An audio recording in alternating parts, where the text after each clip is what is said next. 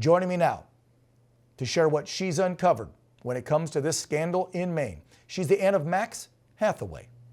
He was one of the 18 killed in the Lewiston, Maine shooting. Amy Sussman on the program to tell her story of her 35-year-old nephew, who that night in the club, Amy, was celebrating a college degree, had 2 babies, you tell me, and 1 baby on the way, and his life cut short. I won't go into the details of the sick person who committed the crime, because today we're talking about where did the money go. Amy, welcome. Thank you. And thank you for doing a piece on this, telling this story. Really appreciate it. Of course. The minute I heard it, and I literally just got told about it this morning. I had no clue. I didn't know that the Republican running for office that I just mentioned is bringing it up as well. I missed this headline, and I apologize for that. It's tough to stay on top of every scandal being committed by elected leaders around this nation where they're wasting either our tax money or, in this case, charitable donations. So take me back, and I don't want you to have to relive that night. Take me back to after the shooting, when all this started coming out. Where did you see? Was the governor on television? Did you see interviews? Was there things in the press about this committee and this big fund that was going to be set up and raised millions of dollars for the victims? I would imagine they publicized this. Yes, so the Maine Community Foundation was brought in by the governor to raise funds following the shooting. They did on their website have 2 options to give, one to victims and family members only, and one to nonprofits. The list of nonprofits was not provided. They hadn't chosen them yet. So to be clear, when people gave, if they chose nonprofits, their intent was honored because it indeed went to nonprofits. I can only assume they felt that the nonprofits would be aiding and helping the victims and survivors. Right, doing something for the people entitled in this program. Help the victims of Lewiston. Oh, by the way, no, give to these 20, 30 charities over here.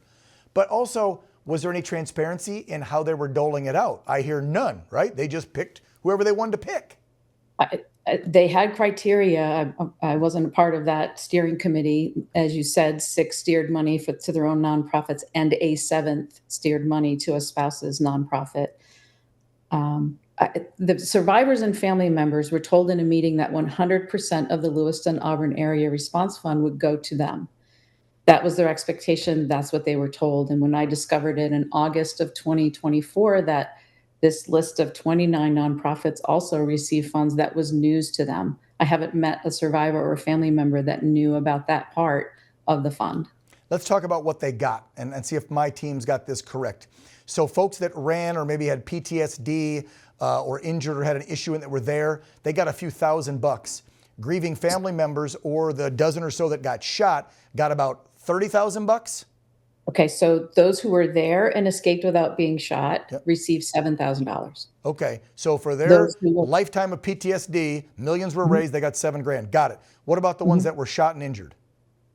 Those, I know the amounts. I don't know the amounts for everyone. It's not really something just you ballpark. ask. No, that's okay. Just a rough generic. A couple, 30,000, 32,000. Okay, so around 30. And then the family members who lost, the direct family, like your nephew's wife with 3 kids, for crying out loud, what did they get, the 18 that died, their direct family members? The 18 split a total of 3.2 million, basically. So each family received 183,000. Okay, so you lose a loved one, you get 180. You get shot, you got 30. You have PTSD, you get 7. And then nonprofits that had nothing to do with this got millions and gave it to illegals. Yeah, that makes a lot of sense. Yeah. Each nonprofit received $65,522. They find a way, don't they? They find a way to take advantage of our good nature, to take advantage of us trusting that government's going to work for us. How are you feeling when you discovered this last year?